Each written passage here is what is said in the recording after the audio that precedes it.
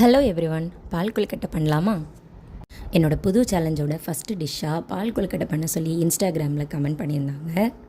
இது பண்ணுறதுக்கு நான் ஃபஸ்ட்டு தேங்காய் பால் எடுத்து வச்சுக்கிட்டேன். தென் அரிசி மாவில் கொஞ்சமாக உப்பு, அப்புறமா நாட்டு சர்க்கரை. தேங்காய் பாலில் நம்ம சுகர் ஆட் பண்ணுவோம், பட் ஸ்டில் மாவும் ஸ்வீட்டாக இருக்கணுங்கிறதுக்காக நான் கொஞ்சமாக நாட்டு சர்க்கரை சேர்த்துருக்கேன். அப்புறம் இதில் தண்ணி சேர்த்து மாவை நல்லா மிக்ஸ் பண்ணிக்கணும். நம்ம அந்த மாவை உருண்டை பிடிச்சோன்னா அது உடையாமல் இருக்கிற மாதிரி ஒரு பக்குவத்தில் அதை ரெடி பண்ணி வச்சுக்கிட்டேன். தென் கொழுக்கட்டைக்கு பிடிக்கிற மாதிரி குட்டி குட்டியாக மாவை உருட்டி வச்சுக்கிட்டேன். மாவை ரொம்ப பெருசாக உருட்டினோன்னா அது ரொம்ப வேகாமல் இருக்கும், அதனால் குட்டி குட்டியாக உருட்டி எடுத்துக்கிட்டேன். அப்புறமா தேங்காய் பாலை அடுப்பில் வச்சு சூடு பண்ணணும். பால் நல்லா கொதித்து வர டைமில் இந்த கொழுக்கட்டையை ஒவ்வொரு பீஸாக உள்ளே போட்டுக்கலாம்.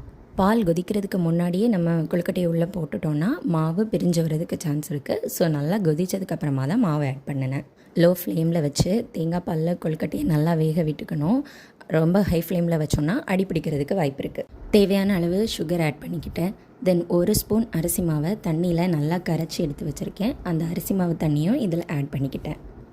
கொழுக்கட்டை நல்லா வெந்ததுக்கப்புறமா நம்ம ஸ்டவ் ஆஃப் பண்ணி இதை மூடி வச்சுக்கலாம்.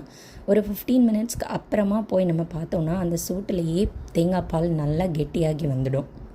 டெக்ஸ்சர், டேஸ்ட் எல்லாமே எக்ஸ்பெக்ட் பண்ணதை விடவே நல்லா வந்துச்சு. வீட்லேயும் எல்லாருக்குமே நல்லா பிடிச்சிருந்தது.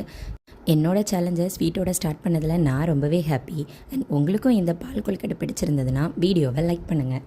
நீங்களும் இதே மெத்தடில் தான் பால் கொழுக்கட்டை பண்ணுறீங்களா இல்லையாங்கிறதையும், நெக்ஸ்ட்டு நான் என்ன டிஷ் ட்ரை பண்ணணுங்கிறதையும் கமெண்டில் சொல்லிவிடுங்க. அண்ட் இன்னும் எங்கள் சேனலை சப்ஸ்கிரைப் பண்ணலைன்னா மறக்காமல் சப்ஸ்கிரைப் பண்ணிவிடுங்க.